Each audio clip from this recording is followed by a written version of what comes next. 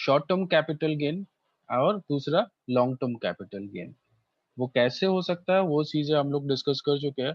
और यहाँ पर फिर मैंने बताया था कि आपको किस रेट से टैक्स पे करना होता है कैपिटल गेन के लिए। तो income tax on short term capital gain, short term capital gain on on non equity oriented fund. जो भी ऐसे फंड है जो नॉन इक्विटी यानी डेट ओरिएंटेड है या दूसरे नॉन इक्विटी ओरिएंटेड फंड है, and other assets are included in gross total income. तो ये सारे असेट के लिए क्या कर सकते हैं, जो भी नॉन इक्विटी ओरिएंटेड फंड्स हैं या फिर जो दूसरे असेट्स है, उनको आपको इंडिविजुअल जो भी कोई असेसी है जो टैक्स पेयर है उसके जो भी ग्रॉस टोटल इनकम है उसमें ऐड करना है। और जिस भी स्लैब में वो आ रहा होता है फिर उस रेट से उसको टैक्स पे करना होता है। ठीक है। और अगर मैं बात करूं इक्विटी ओरिएंटेड फंड्स की, तो वहां पर वो फिक्स्ड रेट है 15%। तो वो उसको 15% के रेट से टैक्स पे करना पड़ेगा।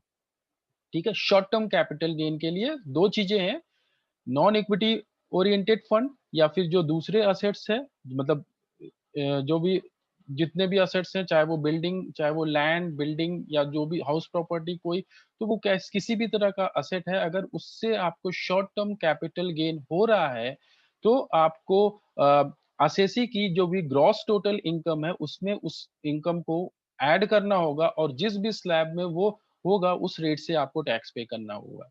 और अगर मैं बात करूं इक्विटी ओरिएंटेड फंड्स की, ऐसे फंड जहां पर इक्विटी में जो भी इक्विटी शेयर्स है उधर पैसे लगाए जाते हैं, उधर इन्वेस्ट किया जाता है, तो उनको बोलते हैं इक्विटी ओरिएंटेड फंड्स। ठीक है। तो उनमें जो है जो भी टैक्स रेट होगा वो फिक्स्ड है 15%। 15% के रेट से वहां पे टैक्स पे करना होता है एसएससी को। ठीक है। तो इसके हम लोग ने लास्ट क्लास में कुछ प्रैक्टिकल क्वेश्चंस भी कर लिए थे। अगर उसमें कुछ आप लोग को डाउट हो, कुछ प्रॉब्लम हो, तो अभी आप लोग पूछ सकते हो। है कोई डाउट? नहीं है? ओके, चलिए ठीक है। अभी बात करते हैं लॉन्ग टर्म कैपिटल गेन्स की। यानी कि अगर कोई लॉन्ग टर्म कैपिटल असेट है, लॉन्ग टर्म कैपिटल असेट कब होता है? तब हम उसके लिए हम लोग ड्यूरेशन देखते हैं, कितने टाइम पीरियड के लिए वो असेट आपके पास रहा, फिर उसके बेसिस पे ये डिसाइड किया जाता है कि वो असेट लॉन्ग टर्म है या फिर शॉर्ट टर्म है। ठीक है। अगर उसको ट्रांसफर किया गया तो फिर उसमें लॉन्ग टर्म गेन हो सकता है। ठीक है। तो वहां पर जो भी आपको गेन हो रहा है, जो इनकम हो रहा है, वहां पे किस रेट से आपको टैक्स पे करना होता है। तो यहाँ पे भी देखिए दो चीजें हैं, एक तो इक्विटी ओरिएंटेड फंड्स जो भी है उनका टैक्सेशन, उनका टैक्स रेट अलग है, और जो दूसरे डेट ओरिएंटेड म्यूचुअल फंड है या दूसरे जो भी असेट्स है उनका टैक्स रेट अलग है। ठीक है। उनका मेथड अलग है। तो सबसे पहले बात करते हैं जो भी लॉन्ग टर्म जो कैपिटल गेन है इन respect of date oriented mutual fund, जो भी डेट ओरिएंटेड म्यूचुअल फंड्स है या फिर जो दूसरे other assets and other assets, तो उनके लिए क्या है, flat rate of income tax is charge at the rate of 20%। मतलब जो भी डेट ओरिएंटेड फंड्स हैं या फिर जो दूसरे असेट्स है उनके लिए जो इनकम टैक्स रेट है वो है 20%। उनको फिक्स्ड रेट से 20% से उनको जो भी इनकम टैक्स है वो पे करना होता है। ठीक है। इसी तरह अगर मैं इक्विटी ओरिएंटेड फंड की बात करूं और उधर लॉन्ग टर्म अगर कोई कैपिटल गेन हो रहा है, तो वहां पर देखिए आपको देखना पड़ता है। देखिए यहाँ पे दिया गया है, however in respect of long term capital gain arising on transfer of equity oriented funds up to 1st July 14 shall be taxable at the rate of 20% of the equity capital gain computed after allowing indexation। मतलब आपका अगर long term capital gain है तो क्या होगा, index value आपको निकालनी होगी। ठीक है। हम लोग पहले भी इसको बात कर चुके हैं, इंडेक्स वैल्यू पहले आपको निकालनी पड़ेगी, उसके बाद आपका कैपिटल गेन आएगा। मतलब जो भी पहले आपके पास एक सेल प्राइस होगा, मतलब जो भी सेल कंसिडरेशन है उसको आप माइनस करोगे परचेज प्राइस से, परचेज प्राइस की आपको इंडेक्स वैल्यू निकालनी पड़ेगी, कॉस्ट ऑफ एक्विजिशन का इंडेक्स वैल्यू निकालनी पड़ेगी, और वो माइनस करने के बाद आपका कैपिटल गेन आएगा। तो वहां पर आफ्टर इंडेक्सेशन यहाँ पर जो भी कैपिटल गेन आ रहा है उसका 20% से आपको टैक्स उधर पे करना पड़ेगा, ठीक है। और at the rate of 10% of capital gain computed without giving benefit of indexation.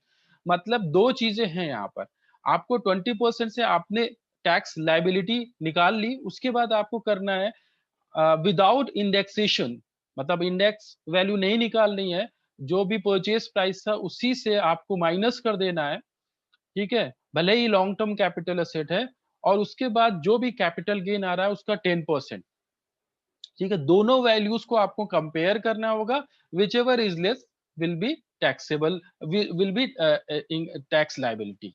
Okay, आ रहा है समझ में? सर एक इंडेक्स वैल्यू के साथ करना है, बिना इंडेक्स के साथ? हाँ बिल्कुल, देखो एक इंडेक्स वैल्यू के साथ कैलकुलेट करना है टैक्स लाइबिलिटी, एक बिना इंडेक्स वैल्यू, लेकिन रेट यहाँ पर अलग है। अगर आप इंडेक्स वैल्यू के साथ कर रहे हो तो 20% आपको टैक्स लाइबिलिटी होगा, और अगर विदाउट इंडेक्स वैल्यू के साथ कर रहे हो तो 10% टैक्स लाइबिलिटी होगी, ठीक है। और फिर दोनों को कंपेयर करना होगा, जो भी अमाउंट आपको कम दिखेगा उतना ही आपकी टैक्स लाइबिलिटी होगी, ठीक है। ये केवल इक्विटी ओरिएंटेड म्यूचुअल फंड की बात हो रही है, और सारे एसेट में जो दूसरे एसेट्स हैं इक्विटी ओरिएंटेड के अलावा, वहां पर आपको 20% ही टैक्स पे करना है, ठीक है। प्रॉब्लम किधर है, चाहे वो शॉर्ट टर्म की बात करूं या लॉन्ग टर्म की बात करूं, प्रॉब्लम किधर है, जो इक्विटी ओरिएंटेड फंड्स हैं, इक्विटी ओरिएंटेड जो म्यूचुअल फंड्स हैं, उधर ही आपको जो है थोड़ा सा अलग है, उधर आपको देखना पड़ेगा। आपको अगर क्वेश्चन में दिख रहा है कि हाँ ये इक्विटी शेयर्स है या इक्विटी ओरिएंटेड फंड्स है, तो उधर आपको इस तरह से कैलकुलेशन करना होगा, ठीक है। अगर सपोज कोई हाउस प्रॉपर्टी है, कोई बिल्डिंग है, कोई लैंड है, तो वहां पर बस आपको इंडेक्स वैल्यू निकालनी है, उससे आपका कैपिटल गेन आ जाएगा, और उसका 20% से आपको इनकम टैक्स पे करना होगा, ठीक है।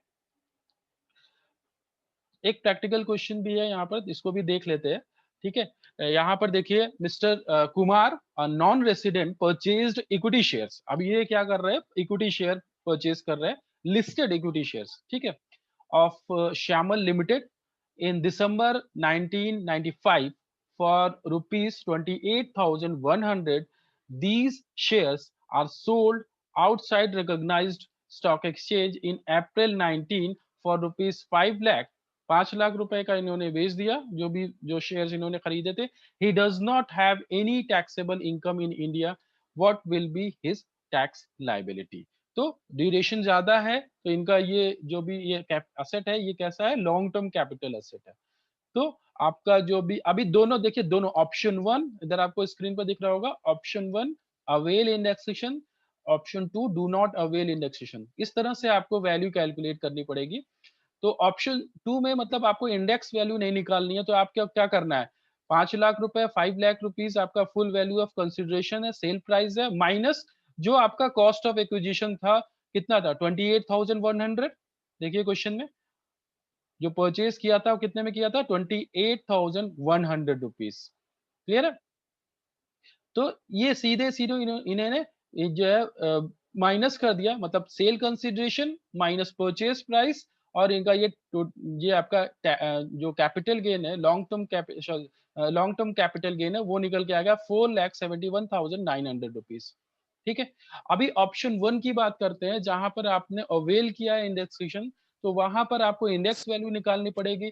जो आपका परचेज प्राइस है वो है 28,100, इसको आपको इंडेक्स वैल्यू से, जो भी करंट इंडेक्स वैल्यू है यानी 289 से मल्टीप्लाई करना है, और डिवाइड कब कब से करना है, 2001 डिवाइड, 2001 हाँ 2000, करेक्ट, 2001, क्योंकि 2001 से पहले अगर कोई भी असेट आपने खरीदा है, तो आपको इंडेक्स वैल्यू हमेशा 2001 की ही लेनी होती है, ठीक है, यानी 100, ठीक है, बिल्कुल सही। तो इस तरह से आपका जो भी कॉस्ट ऑफ एक्विजिशन है वो निकल के आएगा 81,209। आ रहा है समझ में दोनों चीजें, दोनों में डिफरेंस समझ में आ 89 रहा है? कौन से हाँ, ईयर का था? 1995, 1995, ये देखिए 1995 दिया गया, ठीक है। मैं फुल स्क्रीन कर देता हूँ।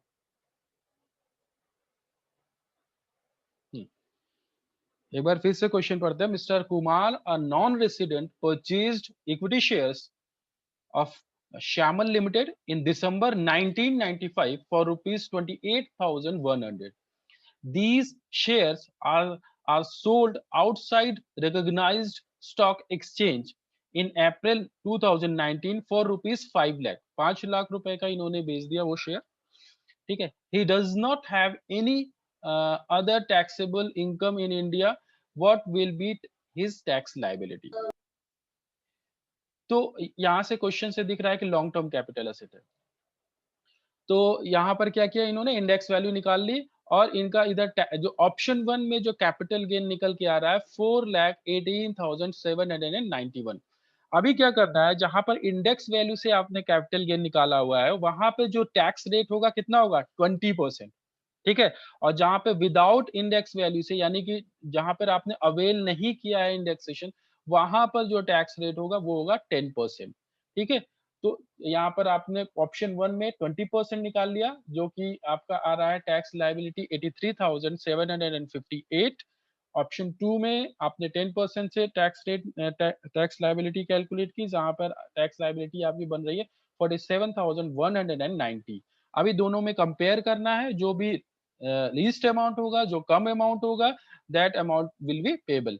मतलब कि 47,190 रुपीज जो है ये ही आपकी टैक्स लायबिलिटी होगी. देखिए देखिए नीचे दिया गया है, from the above computation it is clear that Mr. Kumar should exercise option 2 since in this situation the tax liability excluding cess as applicable.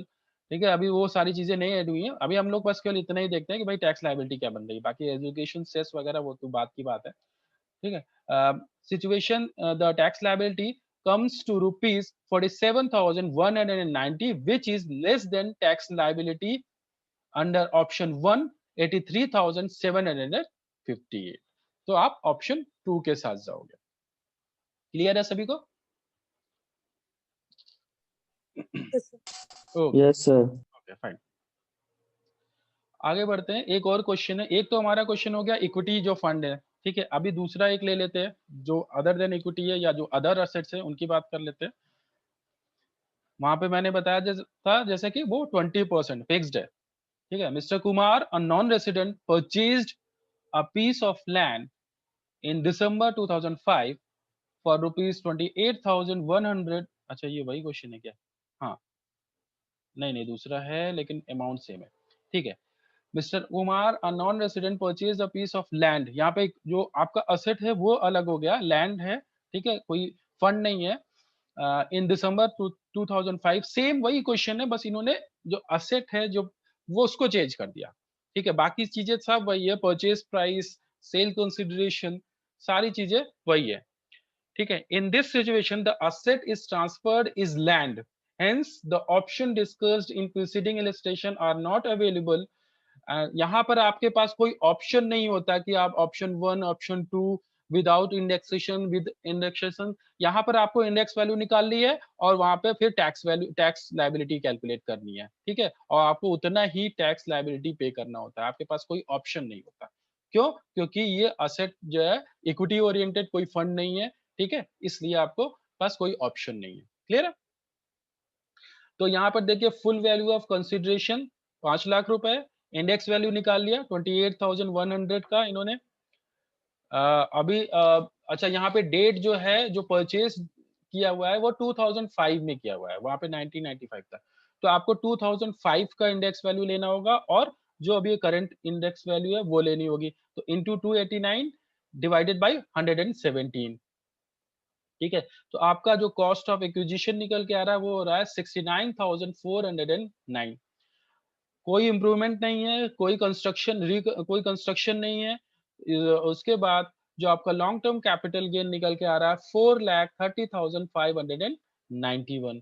अभी यहाँ पे जो रेट है वो फिक्स्ड है, कितना है, 20%. तो 20% ऑफ 4,30,590 इज 86,118. ये आपका टैक्सेबल लाइबिलिटी हो गई. और इसमें एजुकेशन सेस वगैरह भी ऐड करते हैं, जैसे मैंने पहले बताया था 4% होता है जो भी आपका हेल्थ एंड एजुकेशन सेस होता है, तो वो है 4%. जो भी आपकी टैक्स लाइबिलिटी बनती है उस पर आप ये सेस लगाते हो 4% से, ठीक है. तो ये आपका वो भी ऐड हो जाएगा, और जो टोटल नेट पेएबल जो टैक्स लायबिलिटी निकल के आ रही है, वो आ रही है 89,563। ठीक है, यहाँ पर तक किसी को कुछ डाउट है यहाँ पर? सर ये जो एजुकेशन से सर एजुकेशन सीसीएस जो सर आपने बताया है, हम्म। सर ये जो 20% है इसमें से लिया आपने कि सर यहाँ से लिया है सर ये लॉन्ग टर्म कैपिटल गेन से लिया? 86,118 पर है ये 4%। ठीक है, हमेशा याद रखना जो भी एजुकेशन सेस है, वो हमेशा जो भी आपकी टैक्स लायबिलिटी जो निकल के आ रही है उस पर लगाया जाता है, ना कि टैक्सेबल इनकम पर। ठीक है, यहाँ पर देखिए इनकम ओके जो है सर। आपका, जो कैपिटल गेन है वो 4,30,591 है, जिसपे टैक्स लायबिलिटी बन रही है 86,118। तो जो भी सेस होगा वो 86,118, यानी जो इनकम जो आपकी जो टैक्स लायबिलिटी हो रही है उस पर आप एजुकेशन सेस लगाते हो। ठीक है, तो इसी तरह ये सारी चीजें हो गई, जो भी आपके इनकम फ्रॉम कैपिटल गेन से सारी चीजें लगभग मैंने कवर कर दिया। ठीक है, और इसमें जो भी अगर मतलब बहुत सारे हम लोग ने प्रैक्टिकल क्वेश्चंस भी देखे इसमें, तो अभी कोई अगर किसी भी टॉपिक में आप लोग को कुछ प्रॉब्लम हो रही है तो आप लोग पूछ सकते हो। एक बार मैं वापस फिर से दिखा देता हूँ क्या क्या चीजें हम लोग ने कवर की है इनकम फ्रॉम कैपिटल गेन में। कोई भी डाउट हो आप लोग अभी पूछ लो। ठीक है, इनकम फ्रॉम कैपिटल गेन में जैसे मैंने बताया था कि चार्जेबिलिटी बताया था। इसके बाद हम लोग ने बात की थी कैपिटल असेट में कौन-कौन सी चीजें इंक्लूड करते हैं। फिर उसके बाद कौन-कौन सी चीजें आप कैपिटल असेट में इंक्लूड नहीं करते हो। ठीक है, और उसके बाद फिर हम लोग ने शॉर्ट टर्म कैपिटल असेट की बात करी थी, फिर लॉन्ग टर्म कैपिटल असेट की बात की थी, और फिर उसके बाद कंप्यूटेशन आप कैसे कंप्यूट करते हो, आप कैपिटल गेन इंडेक्स वैल्यू कैसे निकाली जाती है, cost of acquisition, cost of improvement, full value of consideration, ये सारी चीजें हम लोग ने डिस्कस की हुई थी। स्टेप्स हैं ये, किस तरह से आप capital gain, short term capital gain, long term capital gain कैसे कैलकुलेट करते हो। और उसके बाद फिर हम लोग ने बात किया था कि in case of sale of shares, अगर शेयर्स को आप जो है को ट्रांसफर कर रहे हो तो उस कंडीशन में किस तरह से क्या करना होता है। उसके बाद इंडेक्स वैल्यू ऑफ एक्विजिशन, उसके बाद इंडेक्स वैल्यू कैसे कैलकुलेट की जाती है, इंडेक्स वैल्यू कैसे देखते हैं। ये फॉर्मूला है इंडेक्स वैल्यू जो कॉस्ट ऑफ एक्विजिशन करने का, निकालने का। उसके बाद ये सारे इंडेक्स वैल्यूज हैं हर ईयर के 2001 से लेकर 2019-20 तक। उसके बाद प्रैक्टिकल क्वेश्चंस किए थे, और एग्जम्पशंस मैंने बताया था अंडर सेक्शन 54। अम, ये क्लियर है सभी को? और मैंने ट्यूट क्लास में भी आपको एग्जम्पशंस बताए हुए हैं। तो मैं अगर इसमें कुछ डाउट हो पूछ लो। थोड़ा सा देखो थोड़ा सा जो कंफ्यूजिंग है वो यही है, एक तो आपका एग्जम्पशन है अंडर सेक्शन 54, कब अलाउ है कब नहीं अलाउ है, और दूसरी चीज ये आपका टैक्स लायबिलिटी। बाकी तो चीजें हो जाती है, इतना मुश्किल नहीं है। तो मैं ये मान के चलूँ आप लोग को कोई डाउट नहीं है। ठीक है, ओके, चलिए फिर आज से फिर नया चैप्टर स्टार्ट करते हैं। तो जो आपने 1995 का इंडेक्स वैल्यू लिया था वो नहीं समझ में आया कि वो 1995 1995 का कहाँ देखो, से? मैंने पहले बताया था कि इंडेक्स वैल्यू जो अभी है वो 2000, अभी मैं एक मिनट में पेज ओपन कर दूं, पहले वो स्लाइड ओपन कर दो फिर क्लियर हो जाएगा। हाँ, ये है, देखिए ये इंडेक्स वैल्यू आपको दिखाई पड़ रहा होगा। ये कब, जो कॉस्ट इन्फ्लेशन इंडेक्स है वो इस तरह से होता है। ये स्टार्ट कब हो रहा है 2001-2 से, एंड कब हो रहा है जो आपका करंट ईयर है 1920। ठीक है, तो अभी अगर ऐसा हो सकता है कि आपका जो भी असेट है, जो प्रॉपर्टी है, आपने 2001-2 से पहले से आपने परचेज किया हुआ है। तो जो भी असेट पहले परचेज किए होते हैं उसमें आप 2001-2 की ही वैल्यू लेते हो, चाहे वो 1995 में लिया हो, चाहे 1985 में लिया हो, चाहे 75 में लिया हो, हमेशा 2001-2 की वैल्यू ही लेंगे।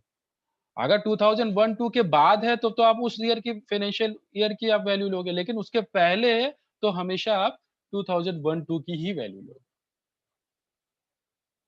ठीक है,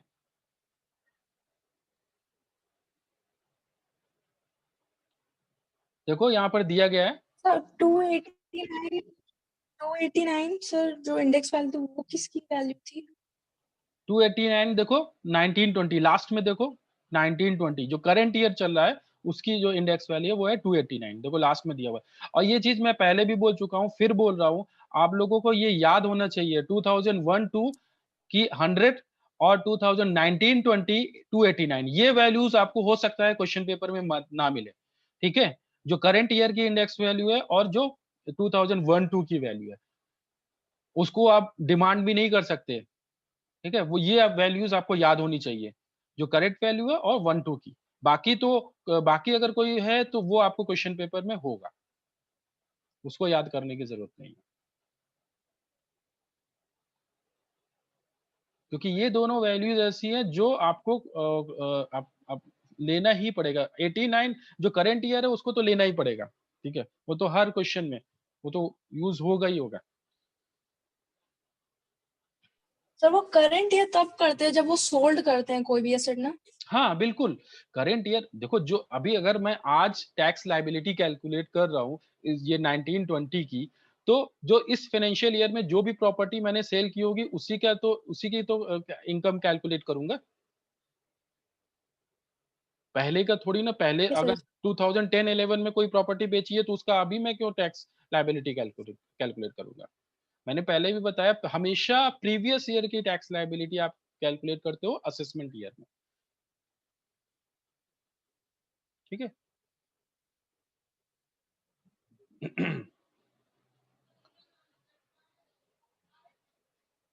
और कोई डाउट किसी को?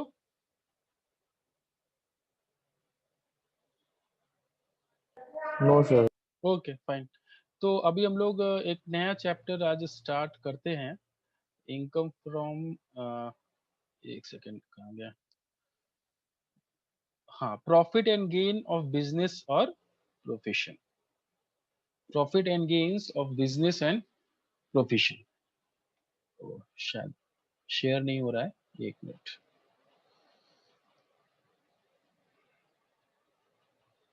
हाँ अभी ठीक है।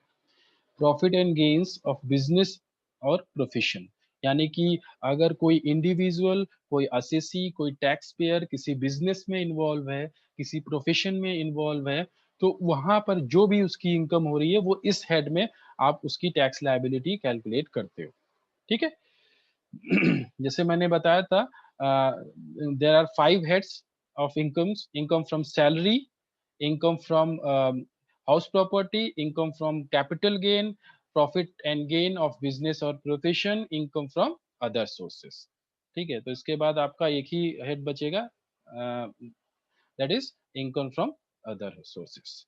तो प्रॉफिट एंड गेन मतलब बिजनेस, आपको पहले ये आइडेंटिफाई करना होगा कि हाँ बिजनेस, कोई इंडिविजुअल बिजनेस कर रहा है या कोई प्रोफेशन कर रहा है, ठीक है, वहां से उसको इनकम हो रही है, तो उसके बाद आप उसकी टैक्स लायबिलिटी कैलकुलेट करते हो। तो बिजनेस से क्या मतलब है? A business is an activity of purchase and sale of goods with the intention of making profit. जहां आप इंटेंशन आपकी ये होती है कि प्रॉफिट अर्न करना, और उस इंटेंशन के साथ आप कोई गुड्स, कोई प्रोडक्ट आप परचेज कर रहे हो या फिर सेल कर रहे हो, तो फिर वो बिजनेस एक्टिविटी में ही आएगा। ठीक है, प्रोफेशन की बात करें तो उसके लिए आपको इंटेलेक्चुअल स्किल्स की जरूरत पड़ती है, प्रोफेशनल डिग्रीज की जरूरत पड़ती है। जैसे यहाँ पे दिया गया, profession is an occupation requiring intellectual skill. जैसे एग्जांपल दिया गया, डॉक्टर्स, लॉयर्स, इनको क्या, इनको एक इंटेलेक्चुअल स्किल की जरूरत पड़ती है, इनको एक प्रोफेशनल डिग्री की जरूरत पड़ती है, उसके बाद वो प्रैक्टिस कर सकते हैं, और फिर वहां से जो उनको इनकम हो रही होती है वो सारी इनकम इस हेड में टैक्सेबल होगी। ठीक है, क्लियर है? इसके बाद वोकेशन की बात करते हैं। वोकेशन इज एक्टिविटीज जहां पर आपको स्पेशल स्किल्स की जरूरत पड़ती है। ठीक है, कोई प्रोफेशनल डिग्री की यहाँ पे बात नहीं होती। जैसे कि एग्जांपल दिया गया, कोई पेंटर हुआ, कोई सिंगर हुआ, तो वो वहां से अगर कोई इनकम जनरेट कर रहा है तो वो भी इनकम आपकी यहीं पर टैक्सेबल होगी। ठीक है, for income tax purpose there is no difference between business income, profession income और वोकेशन इनकम। आप सभी को एक ही तरह से ट्रीट करोगे यहाँ पे। ठीक है, कहीं से भी आपका बिजनेस से कोई इनकम आ रही है, प्रोफेशन से या वोकेशन से कोई भी इनकम आ रही है, ट्रीटमेंट आपका एक ही होगा और इसी हेड में वो टैक्सेबल होगा। ठीक business includes any trade commerce, ये तो एक डेफिनेशन है जो आपके एक्ट में दी गई section under section 213. Business includes any trade commerce और मैन्युफैक्चर और एनी एडवेंचर और concern in the nature of trade commerce or manufacture. Thus business is any activity carried out with intention to earn profit. यहाँ पर दो चीज, यहाँ पे देखिए ये चीज जो है जरूरी, जब जब भी इंटेंशन प्रॉफिट अर्न करना होगा तभी वो एक्टिविटी यहाँ पर आप इंक्लूड करोगे, ठीक है, चाहे वो डेफिनेशन हो चाहे वो कहीं भी हो, आपको ये चीज ये पॉइंट हर जगह आपको दिख रहा है, ठीक है। तो इंटेंशन जो भी इंडिविजुअल है उसका प्रॉफिट अर्न करना ही होना चाहिए। Whether such an activity is continuous और टेम्परेरी, मतलब ये भी कोई जरूरी नहीं है कि वो एक्टिविटी कंटिन्यूअसली हो रही हो, आप टेम्परेरी बेसिस पे भी कोई एक्टिविटी कर रहे हो और प्रॉफिट अर्न के लिए कर रहे हो तो वो भी एक्टिविटी इधर टैक्सेबल होगी, वो वहां से जो भी इनकम जनरेट होगी, ठीक है। ये तो डेफिनेशंस हो गए। अभी इंपॉर्टेंट पार्ट पे आते हैं, किस तरह से मुझे कंप्यूट करना है, जो भी टैक्सेबल इनकम होगी उसको किस तरह से कैलकुलेट करना है, ठीक है। तो यहाँ पर देखिए दो मेथड है। सबसे पहला जो मेथड है, first method is gross sales gross fees. देखो अगर कोई बिजनेस है तो वहां से आपका सेल आएगी, जो सेल टोटल जो सेल्स है उसमें से आप एक्सपेंडिचर माइनस करोगे, और जो आपका अगर कोई प्रोफेशन है तो वहां पर आपकी इनकम क्या होगी, आपको जो फीस मिलेगी। तो वही यहाँ पर बता रहे हैं, ग्रॉस सेल्स और gross fees as the case may be are to be taken as the base, ठीक है, if receipt and payment account और कैश बुक इज गिवन। ये मेरे ख्याल से आप लोग को आइडिया होगा, receipt and payment account and cash book का आइडिया होगा, ये सारी चीजें आप लोग ऑलरेडी पढ़ चुके होंगे। तो अगर रिसिप्ट एंड पेमेंट अकाउंट दिया गया है, आपको अवेलेबल कराया गया, या कैश बुक आपको दिया गया, तो आपको क्या लेना है, ग्रॉस सेल्स और gross fees. From this gross income expenses which is specifically allowed by income tax act are deducted to arrive a taxable income। तो यहाँ पर क्या करना है, जो भी ग्रॉस सेल्स है, जो भी ग्रॉस फीस है, उसमें से माइनस क्या करना है, जो भी आपके एक्सपेंसेस हैं, ठीक है, वो माइनस कर देना है, और जो वो माइनस करने के बाद आपकी टैक्सेबल इनकम आ जाएगी। एक तो ये मेथड हो गया। दूसरा मेथड है यहाँ पर देखिए दिया गया है, if profit and loss account, अगर प्रॉफिट एंड लॉस अकाउंट दिया गया है या फिर इनकम एंड एक्सपेंडिचर अकाउंट दिया गया है, if profit and loss account और income and expenditure accounts is given. देखिए दोनों तरह के क्वेश्चन पूछे जाते हैं, कभी कभी जो है प्रॉफिट एंड लॉस अकाउंट दे देंगे, कभी आपके इनकम एंड एक्सपेंडिचर अकाउंट दे देंगे, कभी ये रिसिप्ट एंड पेमेंट अकाउंट दे देंगे, कभी कैश बुक दे देंगे, तो आपको अलग तरह से करना है, ठीक है। दोनों मेथड है करने के। तो वहां पर जहां पर प्रॉफिट एंड लॉस अकाउंट दे दिया गया, वहां तो आपको प्रॉफिट तो दिख ही रहा है, ठीक है। बस आपको आइडेंटिफाई करना है कि इनकम टैक्स एक्ट ने कौन कौन से एक्सपेंडिचर को अलाउ किया है और कौन कौन से एक्सपेंडिचर्स को अलाउ नहीं किया हुआ है, या कौन कौन सी इनकम को अलाउ किया गया है, कौन कौन सी इनकम को अलाउ नहीं किया है। फिर उस बेसिस पर आपको कैलकुलेशंस करने होते हैं। तो यहाँ पर सबसे पहले आपके अगर प्रॉफिट एंड लॉस अकाउंट है या फिर इनकम एंड एक्सपेंडिचर अकाउंट है, तो आपके पास प्रॉफिट होगा या जो भी सरप्लस होगा वो होगा। उसके बाद आपको एडजस्टमेंट्स करने होते हैं, कौन कौन से वो देखते हैं यहाँ पर। Expenses which are debited to profit and loss account but disallowed by the income tax act and either fully or partially are added back।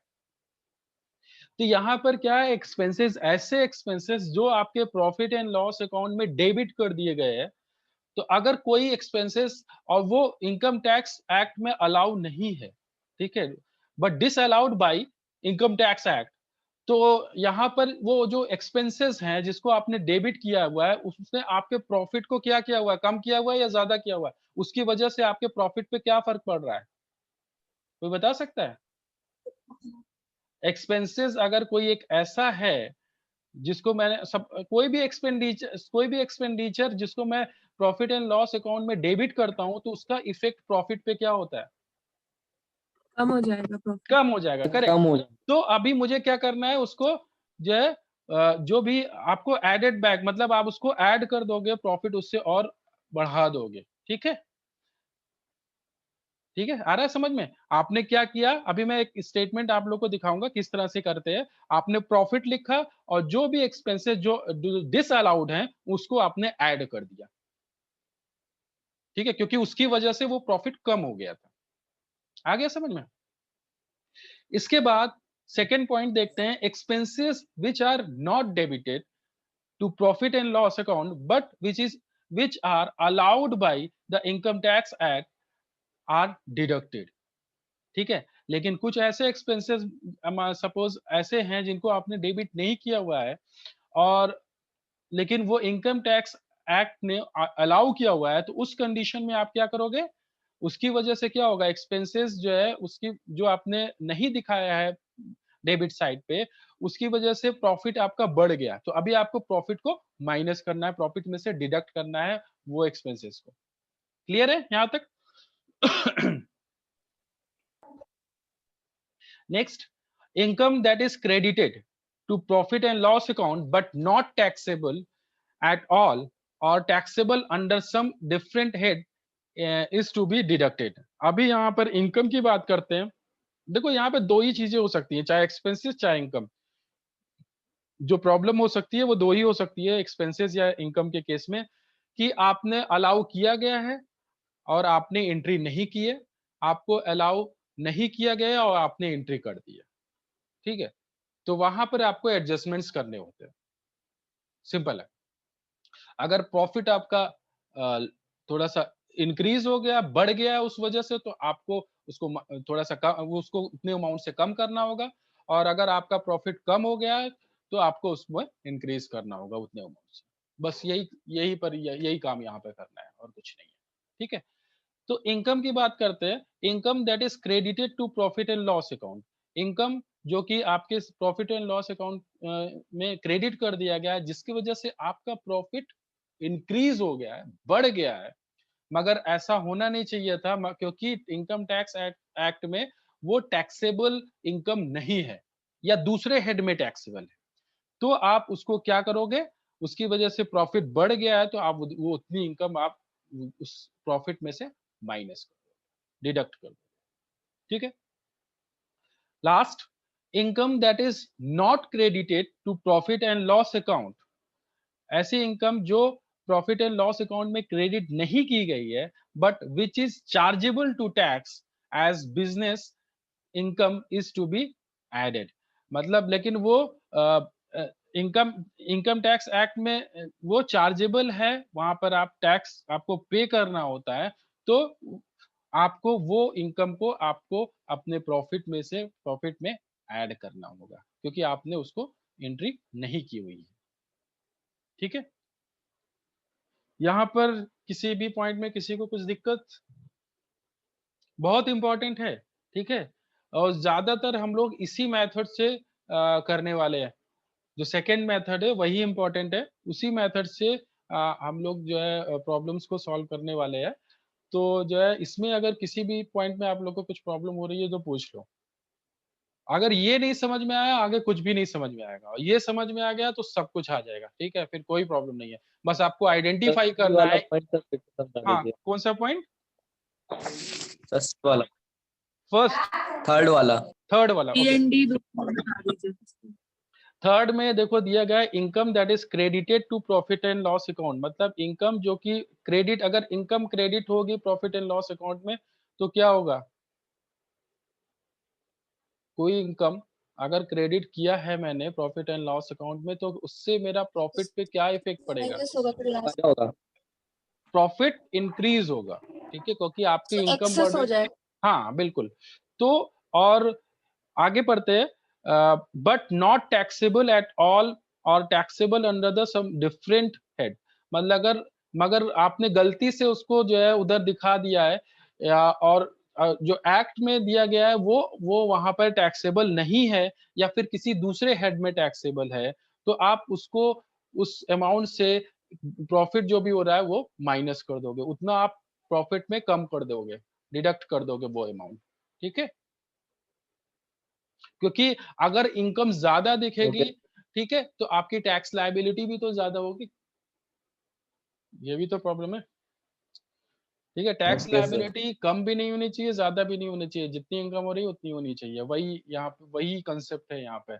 मतलब जितना भी एक्ट में अलाउ किया गया है वो सारी इनकम इधर आपको रखनी है और वो सारे एक्सपेंडिचर से रखने हैं। जो भी एक्स्ट्रा है, जो ऐसे एक्सपेंडिचर हैं जो यहाँ पर अलाउ नहीं किए गए, वो आपको हटा देने हैं यहाँ से। बस ये काम करना है।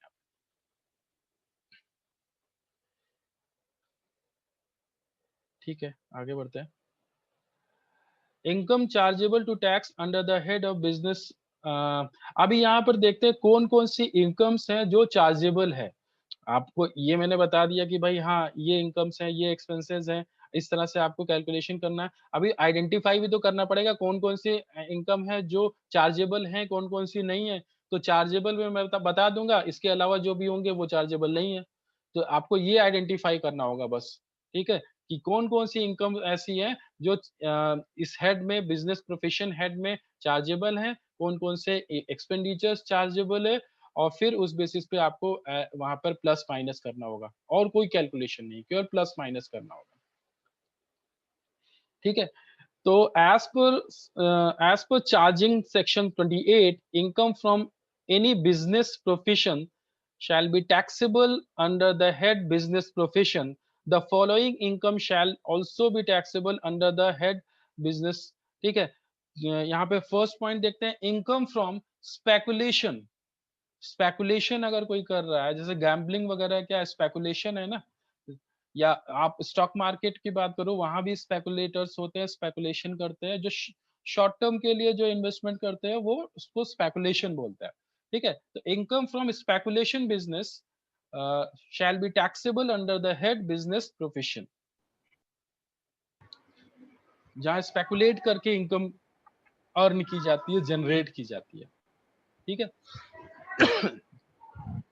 Next, any interest, salary, bonus, commission, remuneration by whatever name called received by partner of a firm.